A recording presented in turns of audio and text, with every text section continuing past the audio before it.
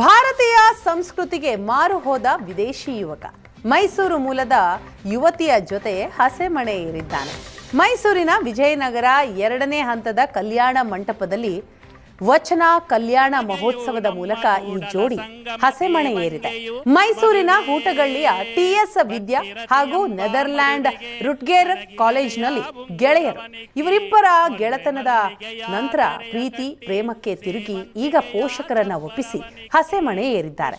ನೆದರ್ಲ್ಯಾಂಡ್ನ ರುಟ್ಗೇರ್ ಭಾರತದ ಸಂಸ್ಕೃತಿಗೆ ಮಾರು ಹೋಗಿದ್ದು, ಹೀಗಾಗಿ ಇಲ್ಲಿನ ಸಂಪ್ರದಾಯದಂತೆ ವಚನ ಕಲ್ಯಾಣೋತ್ಸವ ಮೂಲಕ ವಿದ್ಯಾ ಜೊತೆ ಸಪ್ತಪದಿ ತುಳಿದಿದ್ದಾರೆ.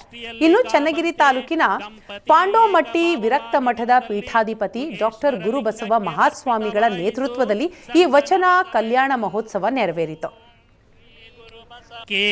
ಮೊಲ್ಲೆ ಮಲ್ಲಿಗೆಯ ತೆರೆಯ ಕಟ್ಟಿ ಸೇವಂತಿಗೆಯ ಚಪ್ಪರವನಿಕ್ಕಿ ಪುಷ್ಪ ಜಾತಿಗಳೆಲ್ಲ ನಿಬ್ಬಣವ ಬನ್ನಿರೆ ನಮಗೆಯೂ ನಮ್ಮ ಕೂಡ. ಮದುವೆ ಅಂದರೆ ನಿಜವಾಗ್ಲೂ ನನ್ನ ಕನಸು. ನಾನು ಯಾವಾಗ ನನ್ನ ಮಗಳು ಅಂದರೆ ಫಸ್ಟ್ ಆಫ್ ಆಲ್ ನನಗೆ ಒಂದೇ ಮಗು ಸಾಕು, ಹೆಣ್ಣಾದರೂ ಗಂಡಾದರೂ ಓಕೆ ಅಂತ. ಹೆಣ್ಣಾದರೂ ಸರಿ ಗಂಡಾದರೂ ಸರಿ ಒಂದೇ ಮಗು ಸಾಕು ಅಂತಾನೆ. ಸೊ ಆ ಒಂದು ಸಂದರ್ಭದಲ್ಲಿ ನಾನು ಇದನ್ನು ಡಿಸೈಡ್ ಮಾಡಿದ್ದೆ.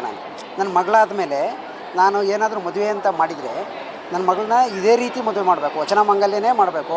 ಸೊ ಇದು ಈ ಸರ್ವಧರ್ಮೀಯರಿಗೂ ಅನುಕೂಲ ಆಗೋಂಥ ಒಂದು ವೇದಿಕೆ ಅಂತ ಹೇಳ್ಬೋದು. ಇಲ್ಲಿ ಯಾವುದೇ ಒಂದು ಜಾತಿ ಆಗಲಿ ಯಾವುದೇ ಒಂದು ಪಂಥ ಆಗಲಿ ಏನೂ ಇಲ್ಲ, ಎಲ್ಲರೂ ಒಂದೇ. ಈಗೇನು ಬಸವಣ್ಣವರು 12 ತುಂಬ ಖುಷಿ ಆಯಿತು, ಚೆನ್ನಾಗಾಯಿತು. ರೂಪಕುಮಾರ್ ಸ್ವಾಮಿ ತುಂಬ ಚೆನ್ನಾಗಿ ನಡೆಸ್ಕೊಟ್ರು. ನಮ್ಮ ಬುದ್ಧಿಯವರು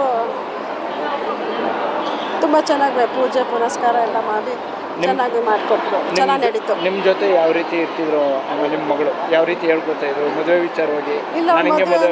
ಇಲ್ಲ ಎಜುಕೇಷನ್ ಮುಗಿಯೋವರೆಗೂ ಮದುವೆ ಆಗಲ್ಲ ಅಂತಾನೆ ಆಟ ಮಾಡ್ತಾಯಿದ್ರು. ಈಗ ಏಪ್ರಿಲ್ 25